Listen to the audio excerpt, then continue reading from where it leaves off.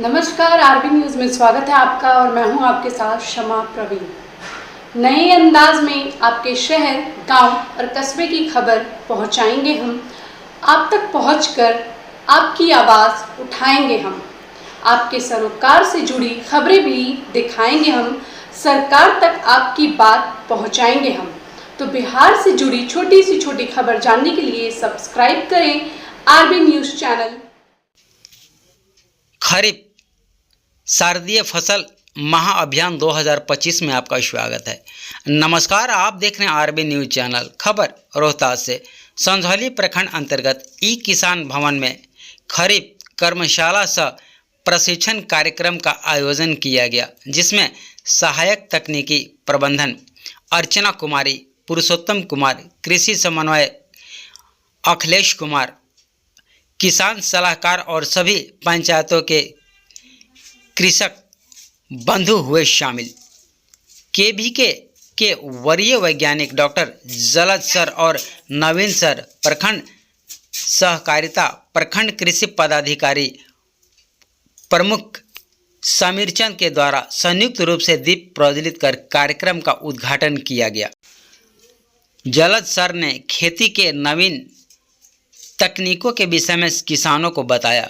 खरीफ के मौसम में किस प्रकार से बीजों का उपचार करके धान एवं अन्य फसलों की खेती करें, इस तकनीकी को बहुत ही सरल ढंग से किसानों के सामने प्रस्तुत किया, जिससे किसान भाई भी संतुष्ट दिखे। कार्यक्रम में कृषि पदाधिकारी के द्वारा बिहार कृषि ऐप्स को डाउनलोड करने के लिए किसानों से अपील किया गया और फसल अवशेष को न जलाने का अनुरोध भी किया गया। बीज उपचार, मिट्टी जांच, जैविक खेती, फार्मर और उद्यान योजना, आत्मा योजना के बारे में विस्तार से जानकारी किसानों को दी गई। बीमारी लगने के उपरांत फिर दवा देने के में भी पैसा तो खर्चा होगा ना, और जल्दी इसमें निदान नहीं हो पाता। एक बार घना हो गया तो बड़ा मुसीबत हो जाता है। एक दिन एक धान में दिखेगा, अगला दिन आइएगा तो 10 में दिखेगा, उसके अगला दिन आइएगा तो पता चले कि पूरा बैठ गया, धान में बैठा देता है, पुआल जैसा सूख जाएगा धान। ये बीमारी लग जाता है। और ये बीपीटी 5204 में बीमारी नहीं आती है, बहुत कम आती है। तो इसका ध्यान रख करके आपको अपने प्रभेद का चुनाव आपको करना है। इसके अलावा अगर आपके पास कोई और सवाल है कृषि से संबंधित, आप पूछ सकते हैं। जी जी जी, देखिए कौन वाला मिला, किला वाला में?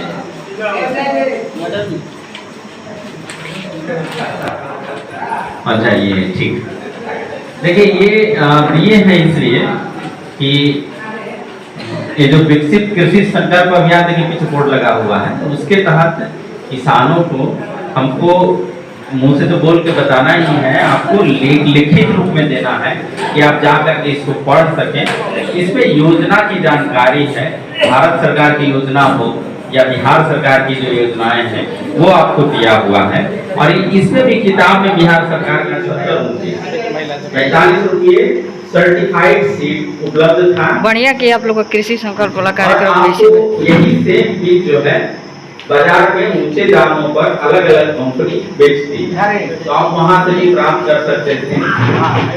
इसी तरह दूसरा प्रजाति है सबौर संपन्न। हमारे यहाँ ये बीज उपलब्ध है।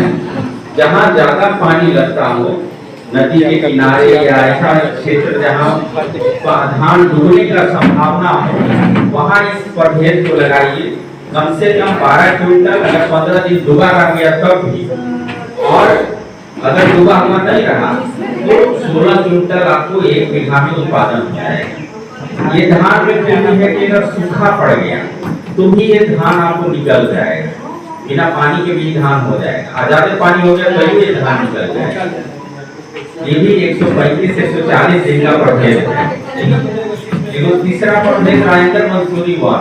पहले इस वजह से उत्पादन जो है घटता नहीं, उतने ही उत्पादन होता है।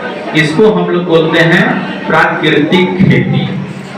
प्राकृतिक खेती अपने खाने के लिए आप निश्चित रूप से करिए। हो सकता है कि आपको विश्वास नहीं हो तो हमारे यहाँ आकर के देखिए, तीनों सीजन में हम लोग करते हैं। मतलब 3 फसल लेते हैं साल में। पहले धान लेते हैं, उसके बाद उसमें चना लगाते हैं, उसके बाद उसमें मूंग लगाते हैं।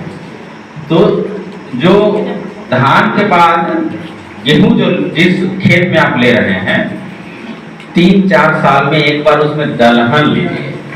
लगातार जो है 2-3 साल तक धान गेहूं मत कीजिए, उस खेत में दलहन लीजिए एक आध बार, तेलहन लीजिए एक आध बार। वो इसलिए ताकि आपके खेत का फसल चक्र अपनाने से ना मिट्टी में सुधार हो जाता है।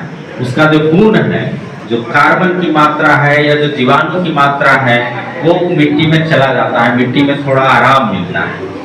तो ये चीजें करने की आवश्यकता है आपको। फसल चक्र अपनाइए, मिट्टी का स्वास्थ्य सुधारिए और मिट्टी का जांच जरूर कराइए। आप लोगों में से कुछ लोग कराए भी होंगे, कराए कोई ना है, देखिए हाँ देखिए कराए हुए हैं। तो इससे ये पता चलता है कि हमारी मिट्टी में जो अगला फसल हम लगाने जा रहे हैं उसमें कितना खाद हमको डालना है, कितना उर्वरक DAP, पोटास और सल्फर हमको डालना है।